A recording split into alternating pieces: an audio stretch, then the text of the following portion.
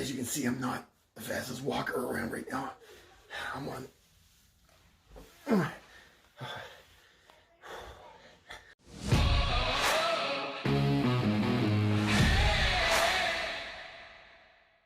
Hey there, Devin here. So about 18 months ago, right at the beginning of the pandemic in April, I almost died. And I took a lot of video during it. I have no idea really why I was taking video at the time, but in retrospect, I'm glad I took the video. And I've waited a long time to put this together because I did want to take a look at this and have some space before I did it. But this is my story. This is what happened to me. Devin here. It is April 2nd. We are 15 days, I guess, into COVID. The reason I'm sitting like this is because my back is in spasm for some reason. It started going into spasm last night, so I got about 2 hours of sleep. And I've been dozing fitfully all day, and the only thing that lets me function in any way is Robaxaset. I have a heating pad on me, but that's about the only thing that allows me to do anything.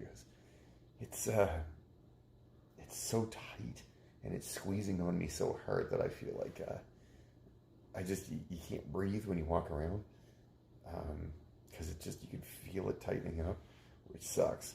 Right now it's super tight, but it's not squeezing on me quite as hard as it normally would. Certainly didn't expect to spend my day like this. I'm a guy that I get super frustrated when my body gives out on me, and I feel like my body has completely given out on me right now. I don't know. It's one of those things you say, man, I try to take care of you. I eat good food, I exercise, and this is what you give me. That's what I think in my head. I know it's stupid, but that's what I think. Anyway, if I move around much, I'm in a lot of pain. If I sit here, I'm just in medium pain. I guess that's probably the best way to put it. So I'm just kind of in constant medium pain. And if I move, I'm in a lot of pain. It's 8:30 at night, and I have no idea how this is going to go for sleep. I'm a little nervous, to be honest. I would prefer to get some sleep. Last night I slept for like 2 hours, which was very, very bad. I'm hoping that tonight will be a better situation. See, even when I go to take a breath, I can just feel those muscles just grabbing my back. It is super frustrating. Anyway, positive thoughts of today is that God bless Robaxaset, because without Robaxaset, this morning was very, very bad. I didn't know what to do this morning. I was in stupid pain this morning. I just couldn't even function. But you know, the Robaxaset, it saved me somewhat. I feel a little bit better now. I can talk and move around a little bit. Long as I wasn't hurt about it, and the heating pad. And I hope to God that it will go away tomorrow or sometime soon. I read online, it said if it lasts more than 2 weeks. So I was like, I'm having a hard time getting through 1 day, let alone 2 weeks. I don't know about that. Anyway, it doesn't look like there's going to be any exercise on board for me tomorrow. But we'll see. Well, I'm hoping I feel better. My goal is to feel better tomorrow morning. So that was April 2nd, day one, and I was in a lot of pain. But I was 100% convinced I was having back spasms. I've never had back spasms before, but I had diagnosed it myself. And by the next day, it was hospital time. Hey, Devin here. It is April 3rd. I don't know how many days into COVID right now. This is just the beginning of something, because I had some back problems lately. And finally, I bit the bullet and went to emergency, which is where I am now. I just got 2 Toradol shots in my back, and we'll see how this all goes. It's pretty damn painful right now. It's hard to breathe. It's been hard to breathe for about 2 days. I am really, really hoping this kicks in. I can start moving around normally and breathing again, because I'll tell you, not breathing is not a whole wonderful fun. I would not suggest this to anybody or wish it on my worst enemy. It sucks, actually, right now. This really sucks. I did spend some of my day in bed reading, which is nice. I don't get to read as much as I'd like anymore. I listen to audiobooks, but I got to read today, which was good. Anyway, we'll see how I go later on. So we are almost an hour in. We're actually just about an hour in right now. As you can see, I can actually breathe fairly well. I feel almost normal. Definitely have some tightness in my back and my diaphragm, but overall, wow, just so much better than it was. It was, I've had a long 2 days. It was, I haven't slept more than 2 or 3 hours at one time in the night. I probably had 6 hours of sleep in 2 days. So it's nice to actually get some real sleep tonight. That's what I'm hoping for. And I actually get some air. That's just awesome. It feels really good. It's amazing how good you feel after you felt lousy. That's the part that impresses me. I'm like, whew, all right, I feel so much better now. All right, just got out of the QE2 emergency. I feel like a whole nother guy. I gotta tell you, that was, it's amazing when you feel terrible, how good you feel when you feel better. I tell people that all the time, but wow, I feel like a whole new person. My back is still pretty sore, but man, everybody says this, but I will never, ever take for granted feeling good ever again. Maybe. Now, unfortunately, I felt so good that I went directly home, and the pharmacies were closed anyway, and I was a bit of a knucklehead, to be honest, and I thought, I'm good now, and I went home. That was a big call. Good morning, Devin here. I was at the hospital last night, and that's 2 shots of Toradol on my back, which helped a lot. They gave me a prescription for Toradol, but unfortunately all the drugstores were closed by the time I got out, so I couldn't get the prescription filled. And by midnight last night, I'm back in the same boat. So I cannot wait to go to the drugstore today.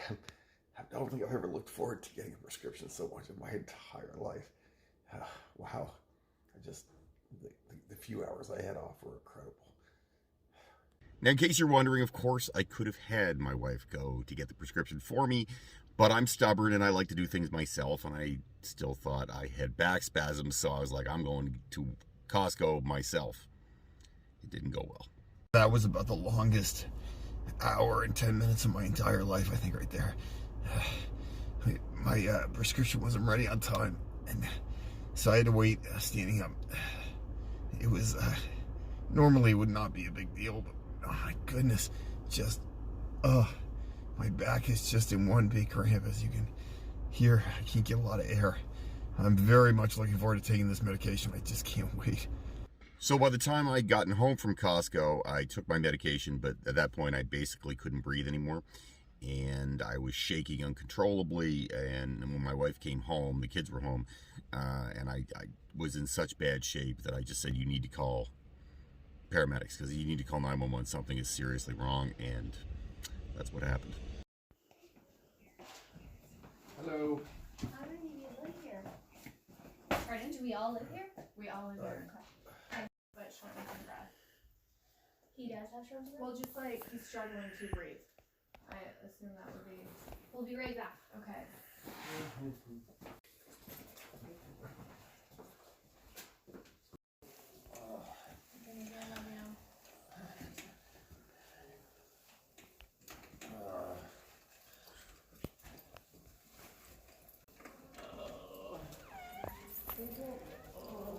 On the way to the hospital, the paramedics asked me the number for my pain between 1 and 10, and I said 14. It was literally that bad. I never felt anything like it in my whole life up to that point. And so what they did is they gave me fentanyl. She gave me half a shot of fentanyl, which took my pain down to like an 8, and then another half shot, which took it down to like a solid 4. So I'm back in again. Back pain was pretty crazy. I went in an ambulance, took Albuquerque. Gave me a lot of drugs. I'm pretty tired right now. So, doctor just came in. Turns out I have apparently double pneumonia. Both sides. I don't know if that has anything to do at all with what is going on with my back. I would have said that was muscle cramps, but apparently double pneumonia that's the winner. Pretty annoying. I'm not even really coughing. Anyway, God bless checks or x-rays, I guess. When I left the hospital, I asked the doctor, what's the likelihood I have COVID? Because he kept talking about me having COVID the entire time. And I thought it was strange because I couldn't breathe well, but it wasn't to do with coughing or congestion or anything like that. It's just I was in so much pain. And he said, 95% chance you have COVID. So I went home convinced I had COVID.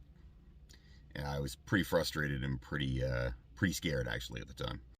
So I just got my call back, my test for COVID. I'll be honest with you, yesterday I was pretty freaked out that I would have it. By the time I went to bed, convinced myself. The doctors yesterday were pretty sure I had it. It's a little freaky when you're in a room when they gown up and they have the full face shield on and they don't want to come too close to you and stuff. It's weird. It's freaky. But the doctors, when I left there, I said, what's my likelihood of having this since I have double pneumonia? And he said, high. And I'm like, oh, shoot. So I went home and I was pretty stressed out and did a lot of research about it and realized that I'm in some serious trouble if I have COVID with double pneumonia. And then I got a call back today and I don't have COVID, which is, I tell you, a huge weight off my mind. Hey, Devin here. As you can see, I'm not the fastest walker around right now. I'm on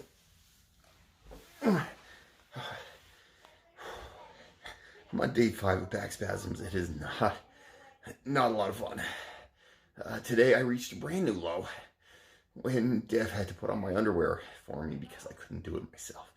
Basically, I have about 4-hour windows that I'm okay when I take my pain medication, and then it's the last 6 hours of the first half hour or so that you're on, and it doesn't feel like it's doing anything, and then you have a couple hours off and then it starts to wear off, and then you're in pain. So I'm living life in like 6-hour bursts right now.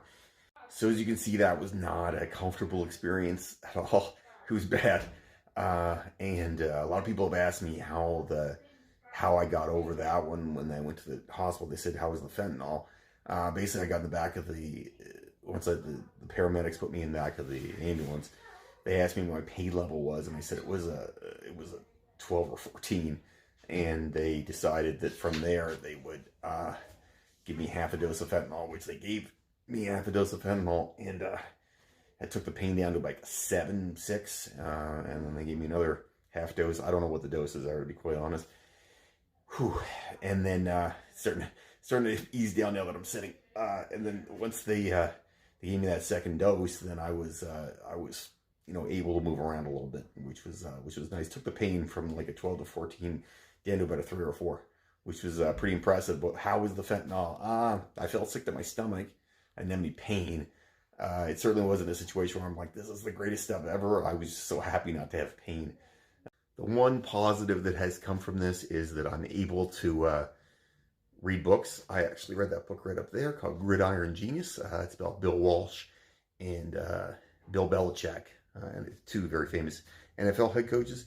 My friend Chris Mann was willing to lend it to me there before COVID hit. So Chris, I'll get it back to you as soon as I'm allowed to. It's a fantastic book. My next book, I think, is going to be a biker gang book. So I am happy that I'm getting to read books. Not the way I'd like to read books. I would like to read books, on a beach somewhere. That'd be the way I'd like to read books. But as of right now, at least I'm getting to read books, which is a positive.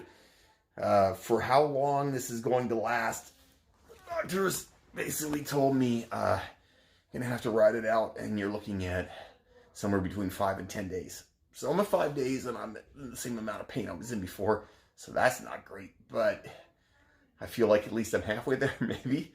Or I'm hoping maybe I wake up tomorrow and I feel way, way better. I'm hoping to feel better at some point.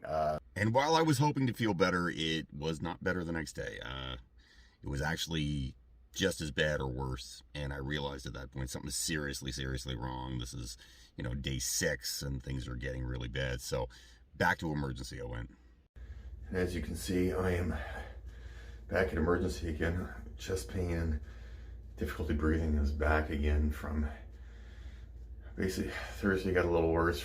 Or Wednesday and Thursday were pretty good. Friday worse. Saturday a little worse. And I didn't sleep last night. It's about 7:30 in the morning. I'm back at emergency to see what the heck is wrong. It feels like it did last week again, which is super frustrating. Fortunately, there's not a lot of people here today.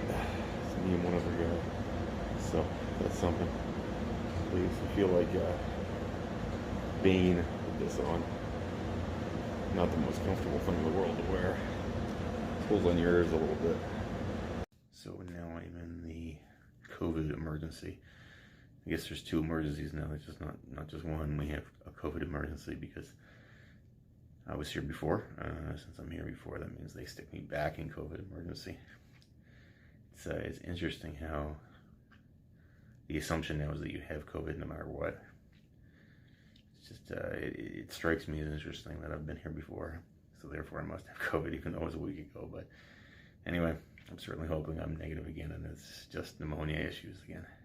So now I have had blood work done, urinalysis done, I had more x-rays on my chest. They asked a bunch of questions about my tattoos and did a COVID test right down my nose. And I'll tell you, when you're not taking drugs for that, that thing hurts like hell. Not comfortable, but at least that's over with. Now we wait and we see what the doctors have to say. Wish me luck. Now I'm waiting for a CT scan. You drink some liquid and then you have to wait 2 hours. And then at the end of the 2 hours, you're able to do the CT scan. They're gonna look for infections in my gallbladder, stuff like that. I still feel like I look like Bane with this on. Look like I should be going after Batman or something. So the CAT scan is now done. I am freezing to death. It is so freaking cold in here. I can't even begin to tell you. The CAT scan, they kind of pull you into a machine and take pictures of your insides, and then I guess we'll know soon what the 411 is, or hopefully we'll know what the 411 is and why the heck my body seems to be falling apart on me. Anyway, I just can't wait to get warm because I am so cold right now. It is nuts. I think they just keep it cold here to make sure that viruses or something can't spread, but man, it is chilly. You might be wondering why I'm sitting up. It's because they don't have any beds for me. So I've been sitting here for about 8 hours now, waiting to see what's wrong. I just had a CT scan shortly ago, and the doctor said that there's 2 marks on my kidneys, which he thinks means that the pneumonia has infected my blood, and that means I have double kidney infection, which would explain the back pain that I'm experiencing. We'll see shortly. Right now I'm super cold because it's not very warm in here. They took my temperature and I don't have a temperature. I'm just very cold. So that's the blankets and trying to stay as warm as I can. Now, at this point, they decided to send me from Cobequid to the QE2. They offered to put me in an ambulance. I chose to drive because I'm stubborn and stupid. So I drove there, and I got in there, and I was still under the impression that, I had pneumonia and it infected my kidneys somehow. At the time, I had a lot of, unfortunately, personal things going on. There were some issues with my family, a lot of stress. So I'm in the hospital. I can't breathe. I can't sit. I can't stand. I can't lie. Everything is killing me. And I've got basically crises at home. It was not a ton of fun.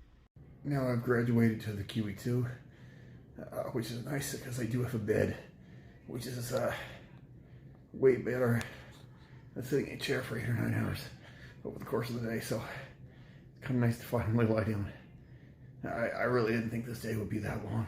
Still all geared up, waiting for specialists to come and tell me what's going on with my kidneys.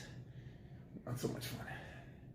So while I'm at the QE2, a doctor comes in. I'm on the phone with my family, and I say to him, listen, when can I go home? And he says, and I'm in, keep in mind, huge amounts of pain, but I have things to do.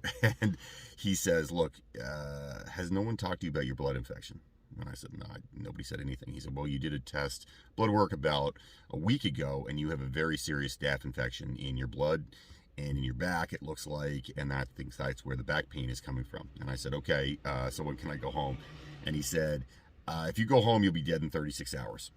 So you're not going anywhere. You're staying here, and we're taking you upstairs now. And that was the beginning of my stay at the QE2. So I'm at QE2. I have a staph infection, which means that my blood is infected.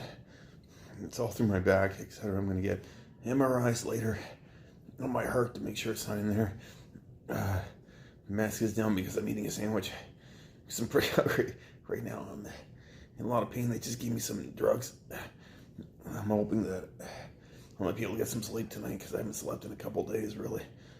This is not fun. I tend to not do anything in halves, but man, not a fun time. I'll be in the hospital for a couple days, probably. And then I get IV antibiotics for about 6 weeks afterwards. So just a bundle full of fun. But they don't think I have COVID, which is a positive. Gotta look on the bright side. Now, the first night in the QE2 was literally the worst night of my life. I've never had anything like that before. They took me upstairs. They had, given me Toradol. They gave me, Tylenol 3s. They gave me all kinds of stuff. Nothing was stopping the back pain. And I finally, after the second shot of Toradol, I fell asleep. And I woke up at about 1 in the morning or so. And at first I couldn't remember where I was. But I did know I thought I was drowning because I was on my back and I couldn't breathe. And I'm trying to get breath and my back and my core are so tight. I just can't get in the air. And I ring the nurse, and this poor nurse comes, and she's probably 120 pounds, and I'm asking her to get me up. First off, she couldn't understand me because I couldn't really speak and I couldn't breathe.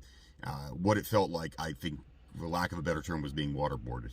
The waterboard torture, where they put the mat thing over your face, the towel, and pour water on you. I felt like I was drowning. That's what I felt like. And she couldn't get me out of bed because I was too heavy. And she had to get somebody else, and I was just in a rage, but I couldn't even speak. And basically, they got me up, and I could sort of stand and lean on the bed. It would take some pressure off my back. And they gave me more shots, which I'm guessing was fentanyl at the time, but I don't really remember. And that's what allowed me to sleep, finally, about 2 hours later. All right, it's now the next day. I'm in the QE2. I'll be here for a couple days. There's a staph infection in my back, and they have me loaded up with drugs. So it lets me sit up and actually move around a little bit, which is nice. It's been a long couple days, and I'm still wearing all the same clothing. Fortunately, I did take some with me, but I haven't been allowed to have a shower yet. Soon, I am looking forward to a shower a lot. I think by the end of this thing, I'll have a lot more hair than I normally would. Overall, I feel pretty lousy right now, but getting there. We're almost done this thing, and I do have an amazing view. I'm going to spin around and show you. That's my view of Citadel Hill. So there's always some positives out there, I guess. Never know. So big thing for today, I managed to have myself shower. It's amazing how showers make you feel better. Well, I mean, somewhat better. I'm still in a lot of pain, but at least I'm clean and I don't smell bad anymore. If you know me at all, I like to have at least 2 showers a day. So going a day and a half without a shower was disgusting. Pretty glad I'm clean. So this is how I am when the pain meds start to wear off.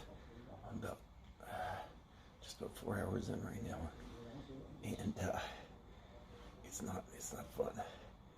Every 4 hours I get more pain medication, and I tell you, when I have it, I'm pretty good. I almost feel closer to normal, and when I don't have it, ooh, it hurts a lot.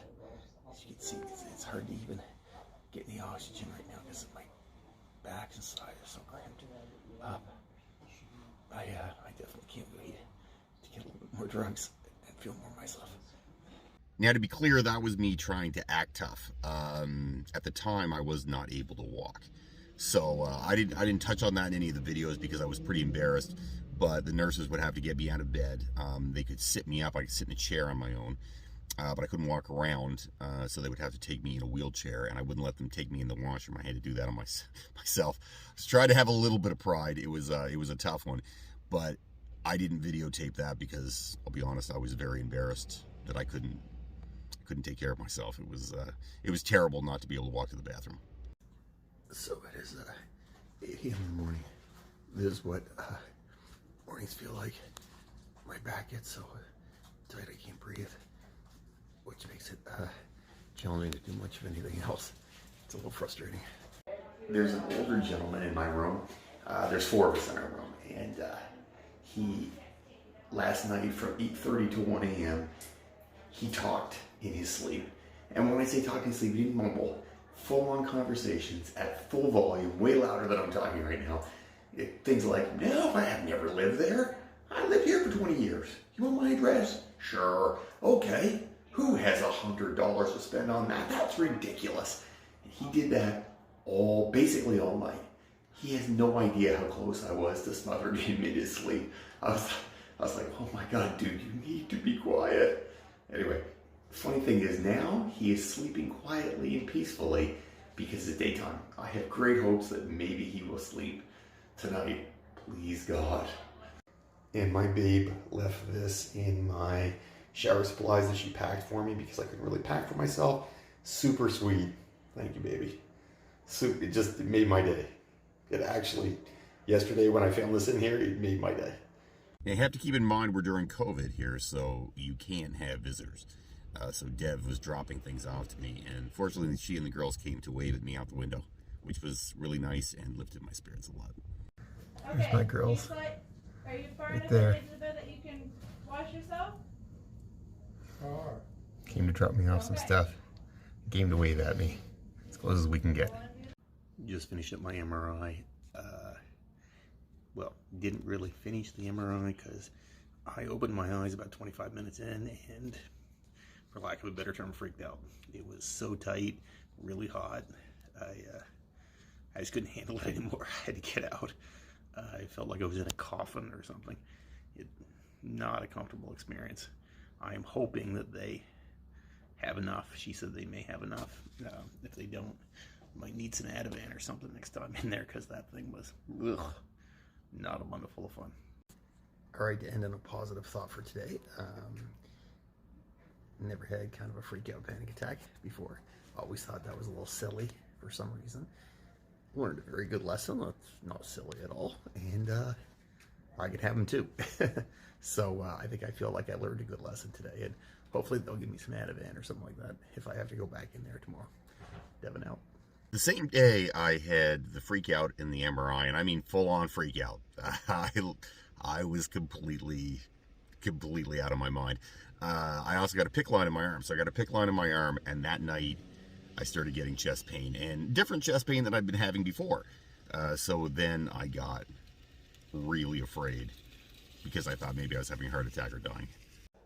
Last night was bad. I had about a grand total of 2 hours of sleep.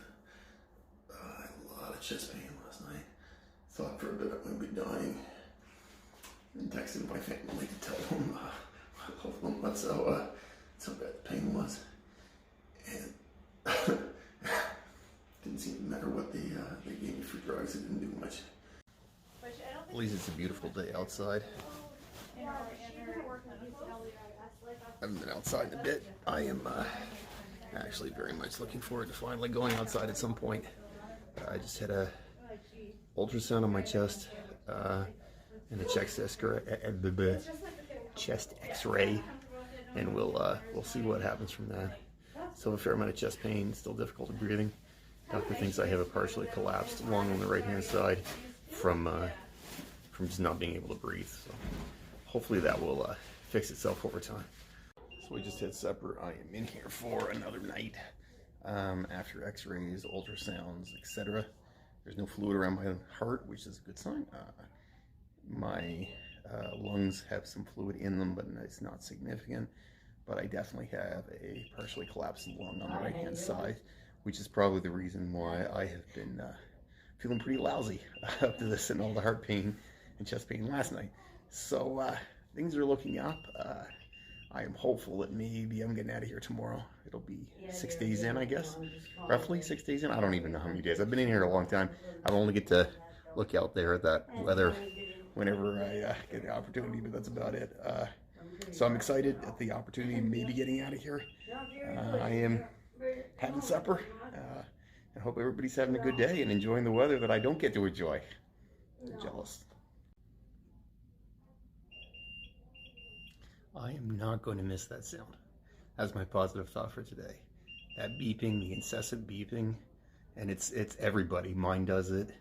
The IVs do it all the time. Mine does it. I sure it drives everybody nuts. I hear it in the hallway. I can't wait not to have to hear that. I'm sure all 4 of us in this room just ready for that darn thing to be quiet. So we're looking at, it is 20 to 10 in the morning, and I am cautiously optimistic that Friday is my last day at the QE2. That's my hope anyway. We'll see how it all goes. Doctor wants to take a look at my vital signs again shortly, but this may be it. Might be the heck out of here. I am very, very excited. Tell you, the last couple of days of not a lot of sleep have taken a toll. I am just looking forward to it. Health-wise, I feel pretty good. You know, my chest hurts. My breathing's not great, but you know, those things will come in time. Still COVID-free, so life is looking good, and it's sunny outside. And if I get out of here, I'm going for a walk today, which is exciting. It's the first time I have been outside in a long time. Looks like I'm gonna walk around the side. Yeah, this is the first time I've been outside in, I think, 6 days. Feels weird, and I'm a little out of breath just walking and carrying my bag. It's gonna be an interesting run, but I'm pumped as hell. I feel like those little kids, you know, when you finish school and your last day of school comes and you're just dying to get out. That's how I feel right now. It's awesome. So this is my first walk in my first exercise, I guess, in how long? 2.5 weeks. I walked up a hill that wasn't even that steep, not even very fast, and then I felt like I'd been running really, really hard. This is gonna be very tough. The girls stuck out with me though, right? Yeah, you did good, babe. Thank you guys. It's better than being in the hospital, I can tell you that. The walk earlier really basically kicked my butt. I've never come back from like a significant injury where I haven't been able to do stuff at some point. You know, I could still work around it.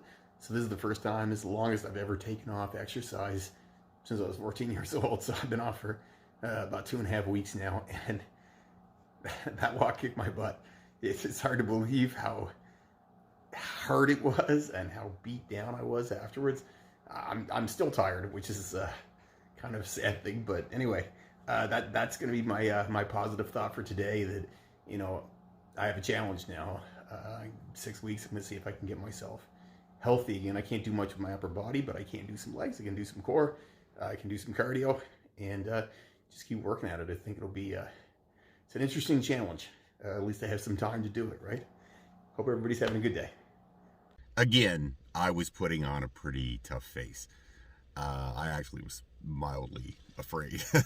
I'd never really come back from an injury, not a serious one before, like broken bones and stuff, but nothing where I actually couldn't function, and I knew this was going to be a real uphill challenge.